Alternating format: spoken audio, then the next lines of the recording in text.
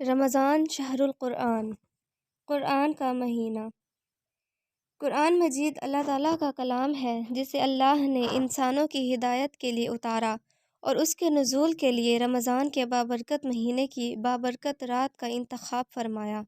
ارشاد باری تعالیٰ ہے، بے شک ہم نے اس کو ایک مبارک رات میں اتارا کیونکہ ہم ہی خبردار کرنے والے تھے۔ رمضان میں نبی کریم صلی اللہ علیہ وسلم جبرائیل علیہ السلام کو قرآن سناتے۔ عبداللہ بیان کرتے ہیں، اور رمضان میں ہر رات جبرائیل آپ صلی اللہ علیہ وسلم سے ملاقات کرتے تھے اور نبی اکرم صلی اللہ علیہ وسلم رمضان گزرنے تک انہیں قرآن سناتے۔ تلاوت قرآن مجید۔ قرآن عربی میں نازل ہوا، اس لیے اس کے عربی میں تلاوت باعث ثواب ہے اور ہر حرف پر 10 نیکیوں کا وعدہ ہے۔ اللہ تعالیٰ نے قرآن مجید پڑھنے والوں کو ایسی کامیاب تجارت کی خوشخبری دی ہے جس میں کسی قسم کا گھاٹا نہیں۔ ترجمہ: جو لوگ کتاب اللہ کی تلاوت کرتے ہیں اور نماز قائم کرتے ہیں اور جو کچھ ہم نے انہیں رزق دیا اسے کھلے اور چھپے خرچ کرتے ہیں، یقیناً ایسی تجارت کی امید رکھتے ہیں جس میں ہرگز خسارہ نہ ہوگا۔ لہٰذا اس ماہ میں دوسرے دنوں کی نسبت تلاوت قرآن میں زیادہ وقت لگانا چاہیے۔ قیام اللیل میں تلاوت کرنا۔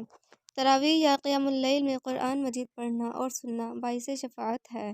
عبداللہ بن عمر روایت کرتے ہیں کہ رسول اللہ صلی اللہ علیہ وسلم نے فرمایا، روزہ اور قرآن قیامت کے دن بندے کے لیے سفارش کریں گے۔ روزہ کہے گا، اے میرے رب، میں نے اس بندے کو کھانے پینے اور اپنی خواہش پوری کرنے سے روکے رکھا، لہٰذا اس کے بارے میں میری سفارش قبول فرما۔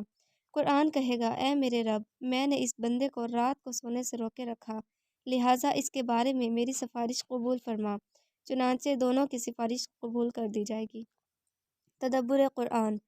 قرآن مجید کی آیات پر غور و فکر کرنا بھی بہت اجر کا سبب ہے، اسی لیے قرآن مجید کی آیات پر غور و فکر کیا جائے تاکہ کتاب ہدایت سے عملی رہنمائی بھی حاصل ہو سکے، کیونکہ یہ کتاب انسانوں کی ہدایت کے لیے اتاری گئی ہے۔ ارشاد باری تعالیٰ ہے، یہ بابرکت کتاب ہے جسے ہم نے آپ کی طرف نازل کیا اور تاکہ لوگ اس کی آیات پر غور و فکر کریں اور عقل مند لوگ نصیحت حاصل کریں۔ لہٰذا رمضان میں قرآن کی تلاوت باقی دنوں کی نسبت زیادہ خشوع کے ساتھ کی جائے۔ کرنے کے کام۔ رمضان میں قرآن مجید کی تلاوت کثرت سے کریں، کم از کم ایک قرآن مجید خود پڑھ کر مکمل کریں۔ قرآن مجید کا کچھ حصہ حفظ کرنے کی کوشش کریں، اگر آپ حافظ ہیں تو باقاعدہ دہرائی کا اہتمام کریں۔ تراویح میں مکمل قرآن مجید سننے کا اہتمام کریں۔